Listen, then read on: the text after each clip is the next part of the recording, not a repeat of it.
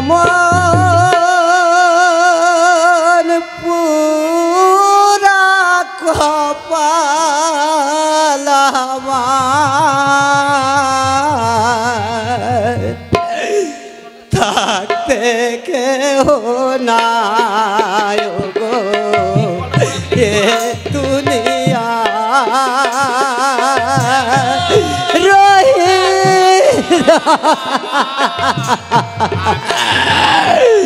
একটি বার